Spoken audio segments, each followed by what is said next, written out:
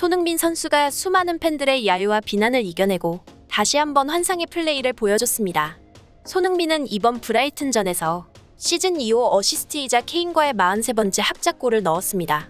후반엔 롱패스를 받아 장기인 가마차기로 골망을 흔들었지만 아쉽게 옵사이드에 걸렸습니다. 사실 여지껏 많은 토트넘 팬들의 희망사항을 무시한 콘테 감독 때문에 손흥민은 올 시즌 3-4-3 전형의 윙포워드로 나왔을 땐 측면 수비수인 페리시치와 동선이 겹치는 모습이었는데 3-5-2의 투톱으로 나와선 한층 가벼운 몸놀림을 보였습니다.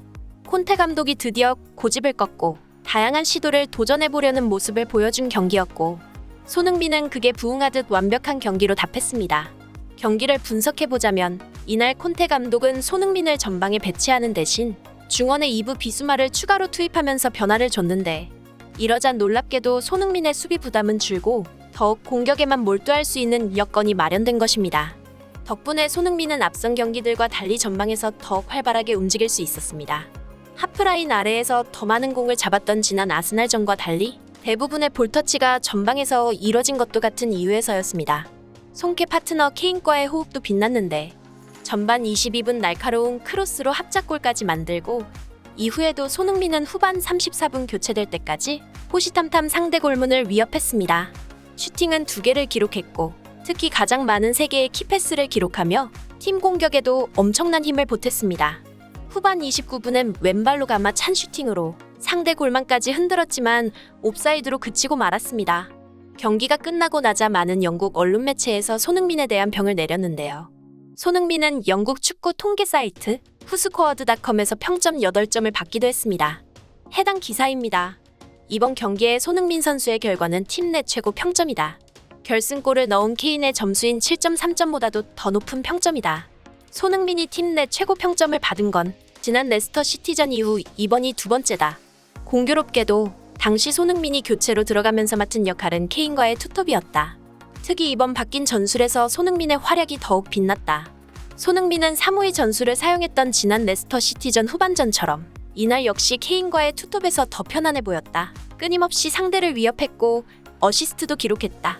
골까지 넣었지만 아쉽게 오프사이드 판정을 받았다라고 전했습니다. 경기가 끝난 후 스포츠 전문 매체 디 애슬레틱은 손흥민 선수를 토트넘 내 최고라며 극찬하기도 했습니다. 손흥민은 이날 해리 케인과 투톱으로 출격했다. 전반 22분 손흥민은 왼발 크로스로 케인의 헤더 결승골을 도왔다. 직접 프리킥 능력까지 증명했다. 손흥민은 4분 직접 슈팅으로 브라이튼의 왼쪽 골문을 노렸다. 공은 수비벽을 넘기더니 직접 유효 슈팅으로 이어졌다. 궤적이 꽤 날카로웠지만 골키퍼의 선방에 막히며 아쉬움을 삼켰다. 원래 토트넘 프리킥 전담 키커는 케인이었다. 다음 순서는 에릭 다이어이다. 성공률은 매우 저조했다. 토트넘 내 구단 자료에 따르면 토트넘은 2017년 이후 직접 프리킥 124회 중 4골밖에 넣지 못했다. 심지어 케인과 다이어가 성공한 득점은 없었다. 손흥민은 지난 6월과 9월 A매치 기간에 대한민국 국가대표팀 옷을 입고 직접 프리킥 골을 기록한 적이 있기도 하다. 영국 매체 풋볼 런던에서는 손흥민에게 양팀에서 가장 높은 평점 7.9점을 부여했습니다. 골키퍼 위고 요리스가 2번째로 높은 7.5점을 받았고 결승골을 넣은 케인에게는 평점은 7.1점을 부여했습니다. 그만큼 손흥민의 활약이 좋았다는 얘기였습니다. 그도 그럴 것이 손흥민은 이날 2차례 슛을 시도했는데 그중 1개가 유효 슛으로 기록됐으며 패스 성공률은 70%로 집계됐기 때문입니다. 이에 케인 선수는 경기가 끝난 후 기자의 득점을 했는데 왜 손흥민 선수보다 평점이 낮냐는 질문에 손이는 충분히 받을 자격이 있다. 난 동료들이 자랑스럽다. 정말 힘든 한 주였다. 홈 경기장을 떠나 이곳에 오는 것도 힘들었다. 우리는 할 수 있는 것만큼 잘하지는 못했지만 정말 중요한 승리를 거뒀다고 말하며 토트넘의 비보 소식을 전했습니다. 사실 최근 경기를 앞두고 토트넘에는 비보가 있었습니다. 지난해 11월 안토니오 콘테 감독 사단으로 합류했던 지안피에로 벤트론의 피트니스 코치가 지난 6일 급성 백혈병 투병 끝에 세상을 떠났다는 소식이었습니다. 얼마 전까지만 해도 건강한 모습으로 토트넘 선수단과 훈련했던 벤트론의 코치의 사망에 토트넘 선수들 모두가 슬픔을 감추지 못했습니다. 벤트론의 코치는 토트넘에서 함께한 시간은 길지 않았지만 모두의 존경을 받을 정도로 사랑받는 지도자라고 불렸습니다. 토트넘 선수들은 경기 전부터 벤트론의 코치를 위한 유니폼을 입고 경기를 준비할 정도였는데요. 경기 전 아멕스 스타디움은 벤트론의 코치를 추모하는 시간을 가지기도 했습니다.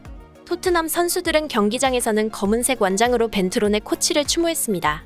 아직 슬픔에서 헤어나오지 못한 상태였지만 선수들은 어느 때보다 열정적으로 경기에 임했다. 전반 22분 손흥민의 크로스를 결승골로 연결한 케인은 득점 후 하늘을 향해 세리머니를 펼치면서 벤트론의 코치를 기억하기도 했습니다. 손케 듀오가 다시 살아나다니? 원래 안 죽었다. 다만 꼰테의 고집 때문에 잠시 죽어 있었을 뿐이다. 경기 끝나도 이젠 안아줄 코치님이 안 계시니 참 슬프다. 삼가 고인의 명복을 빕니다. 콘테 전술의 문제라는 걸 보여준 경기였다. 소니의 활약 앞으로도 기대합니다. 콘테가 알아야 할 것은 손흥민을 무시하고 토트넘에서 성공할 수 없음을 깨닫아야 합니다. 팬들의 시선에선 손흥민이 곧 토트넘이 되어 있습니다. 벤트론의 코치님, 팬들과 선수들은 언제나 기억할 겁니다. 감사합니다. 브라이튼전 정말 힘든 상황 속에서도 이기기도 했고 경기도 너무 좋았습니다. 문제는 손흥민이 아닙니다. 케인 선수를 보니 상대 수비와 1대1 싸움에서 밀리는 모습이 보입니다. 예전의 케인을 생각하면 안 됩니다. 예전엔 자신에게 온 볼을 키핑하고 잘 간수했는데 지금은 볼 키핑조차 제대로 못하는 경우가 대부분이고 어제 경기에선 볼 간수조차 못했습니다. 당연히 수비를 등지고 턴하는 건 말할 것도 없었고요. 힘든 상황이었겠지만 그래도 경기에선 최선을 다했어야 한다고 생각합니다. 승리가 되었으니 다행이다.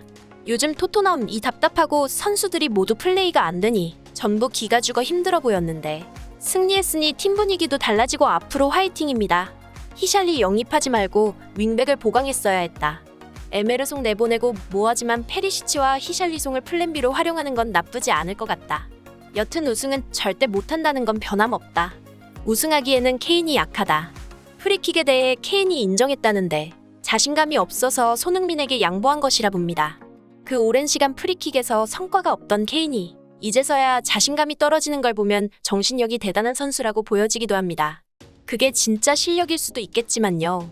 시즌 득점왕을 완벽하게 묶어버리는 전술을 사용했던 감독을 어떻게 해석해야 할까요? 그저 과거의 영광에 취해 손흥민을 전혀 제대로 쓰지 못했습니다. 일반인들 눈에도 보이는 걸 이번 계기로 손을 비난했던 영국 축구 팬들의 수준 또한 충분히 알 수 있습니다. 히샬리송이나 페르시치를 어떻게 활용할지가 아니라 손흥민 선수와 케인을 어떻게 계속 잘 활용할지를 고민해야 이번 시즌 프리미엄에 토트넘이 새 역사를 쓰지 않을까? 그래도 콘테 아주 칭찬한다. 손흥민 선수가 경기를 통해 점점 좋은 소식을 전해주고 있습니다. 한국을 자랑스럽게 해주는 손흥민 선수의 활약에 감사드립니다. 앞으로도 좋은 경기 부탁드립니다.